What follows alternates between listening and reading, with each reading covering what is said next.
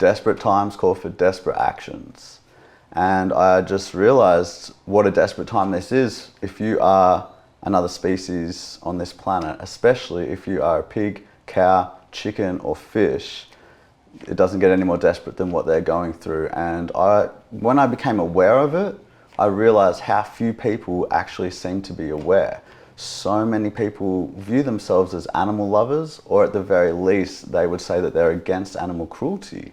Yet they pay people every single day generally to mutilate and torture and kill animals for foods and products that not only they don't need, but that they're better off without. And when I started learning that we can live and thrive without consuming animal products, naturally I wanted to tell others how much healthier it is, how much better it is for the environment and for the animals. And when people didn't really change, which I expected they would want to, I felt I need to do something bigger. I need to, Einstein said those who have the privilege to know have the duty to act. And I felt very grateful that I could see this injustice happening, and I felt a responsibility to do something. I thought that the vow of silence would be a great way to raise awareness because it was something I didn't know of anyone else doing.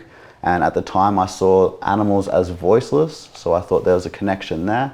And I just thought I'd give it a crack, man. There were definitely times where I thought I was in too deep. In fact, the whole year of planning it, everybody told me I was in too deep. No one thought, really, not many people at all thought that it was a good idea, including vegans. But I just stuck with what I felt was right, and I figured it was worth a crack. Why didn't they think it was a good idea?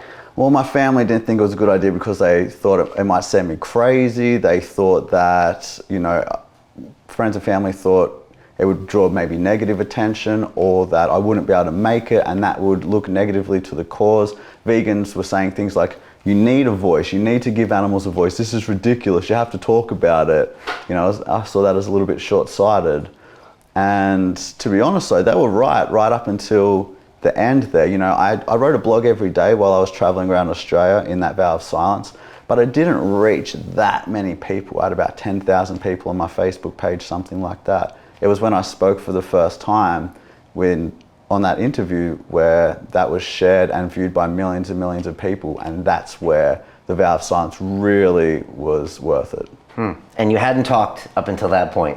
Okay, so... Talked in your sleep? All right, hang on. That happened one time, and I woke up, I'm like, who the hell was that, man? What was going on? Just like thinking it. I realized I was sleep talking, and I'd woke myself up. I'd accidentally spoke about 4 or 5 times. Just a word would slip out of my mouth, mainly at the start, and purely accidental. Although I did say my vow was officially finished at the stroke of midnight when the new year began.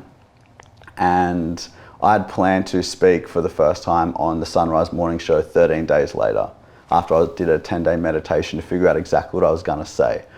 But I told Sunrise I would do that, but I wanted to say something, when I was able to. It had been a whole year, and I was seeing this girl at the time, and she'd never heard me speak.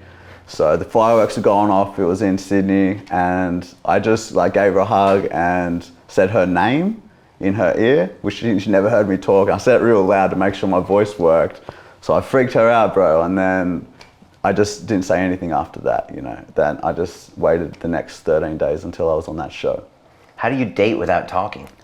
Man, I learned to do a lot of things without talking that year, but yeah, you make it work, and you still communicate. There's a lot more body language, and it wasn't easy, but actually we didn't last much longer after I started talking. I don't know, maybe that was the problem.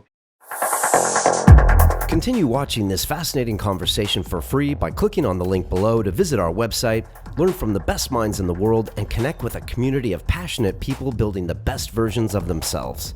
Just click on the link below, and I'll see you on the inside.